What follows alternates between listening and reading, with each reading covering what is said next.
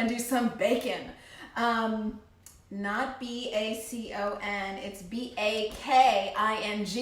And I've already been started. My kitchen is very warm already. I've been getting ready for Thanksgiving for several hours now. So let's do that together. Okay, but let's get started on Pecan-Date pie.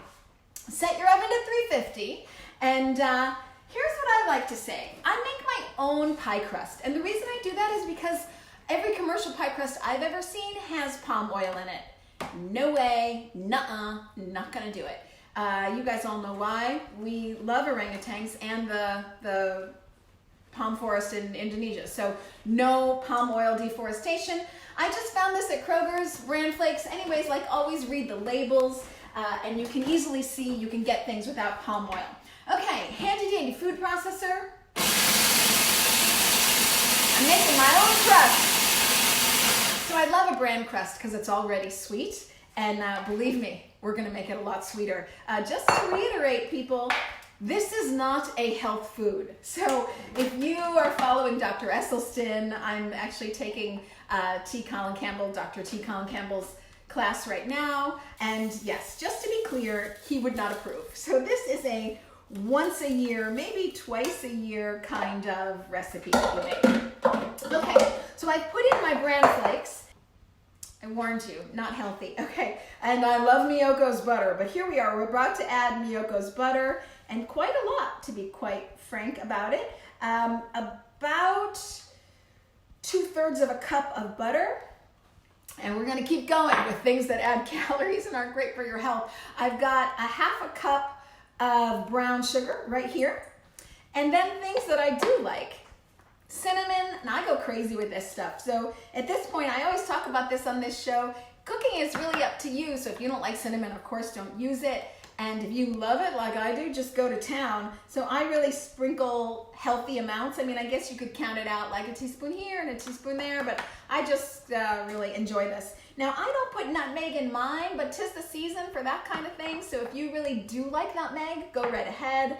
Again, I'm doubling up on cinnamon and pumpkin spice for my Pecan-Date pie. And then, you know, let's be real, salt.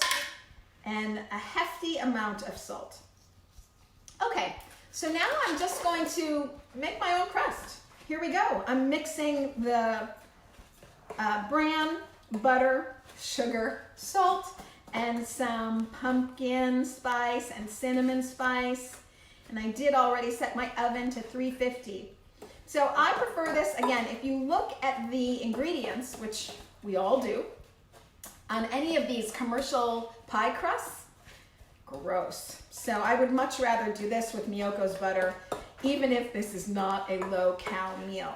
Okay, so now I'm just going to make sure that we are all said and done, and we are. I'm gonna spoon this in and start pressing it down. So I will not bake this pie crust separately. This will be something that I bake with the pie filling. So just putting it down, putting it down. This is actually an easy recipe, particularly if you prepare your ingredients in advance. I don't want this pie crust to be too thick, mind you, so I'm trying to get it, I guess I would say probably about 1/8 of an inch, but I do want to have enough to cover the sides as well. So now I've got the bottom all covered. You can see that, you can see that. And I do have to say, if you are one of those people who as a kid, you like to eat the cookie dough, which is what I like to do, you're gonna love this. So even if you never get to making the pie crust, this is a really great dessert. It's also something that you could put as a crumble on top of fruit if you're having a dinner party. You can get kind of some extra uses. Okay, so I'm gonna put this to the side, and now I'm gonna start making my filling. We're gonna add more sugar. That's what we're gonna do. That's the filling. I don't wanna like kid anybody. That's what we're doing here. So here we have a cup of pecans and 1.5 cups of sliced dates. And then I have flaxseed. So I'm not using any egg. Of course, this is a completely dairy-free recipe. So not in the crust nor in the filling is there going to be any egg or any milk or any dairy butter of any kind.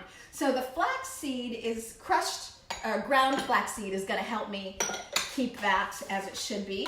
Of course, I'm going to add salt. I just keep going. And of course, gosh, how could I miss the opportunity for more cinnamon, more pumpkin spice, that is. This is a cup and a half of maple syrup. So yeah, this is a very sugary, buttery recipe. I don't know what to say. And then most likely people in my house will put vegan ice cream on it or on top of the pie when it's done, or they'll put vegan whipped cream. So it's just, the sugar is not stopping. I'm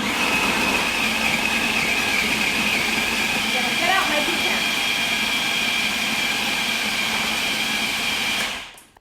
That's gonna be my inside feeling.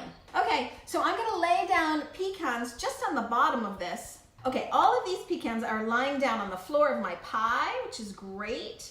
And the pie crust actually does take up quite a bit of space, so you don't have that much pie space left in here. I'm gonna say max, this will feed 8. Okay, so, oh, one more there. Oh, 2 more, come on, 2 more. Okay, so now I'm going to spoon this in, my handy dandy spatula, and fill up my pie crust. Just kind of layered in. Of course, it's gooey and thick. Gooey and whoops and thick. Okay, never perfect in the kitchen, you know that. So you do your best. I'm gonna try to slide this around, but of course it is gooey and sticky. So with that layer of pecans and all of the bran crust, which does make the pie, I gotta say, it's already kind of full. So I'm just spreading things around. But this is why I say this is really an easy recipe of just like blend it together and move on. And the taste of the pie crust is so much better than what you get in the store.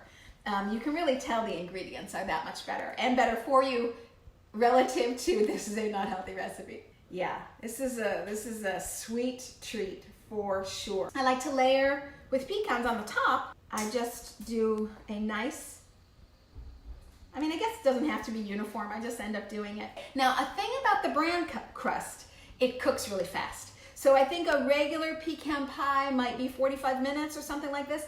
This you don't want to do a minute over 35. And then you have to let it set for at least 2 hours and then refrigerate it. This is why I'm cooking today because, you know, you have to do all these things. So before people can really dive into it, you have to let it set and cool for quite a while. Just imagine that if you had vanilla ice cream on top of it. It's pretty gosh darn good. And look how fast that came together. So happy Thanksgiving, everybody. Happy Thanksgiving. I hope you cook all day long without issue and that your family has a great time. Bye, everybody.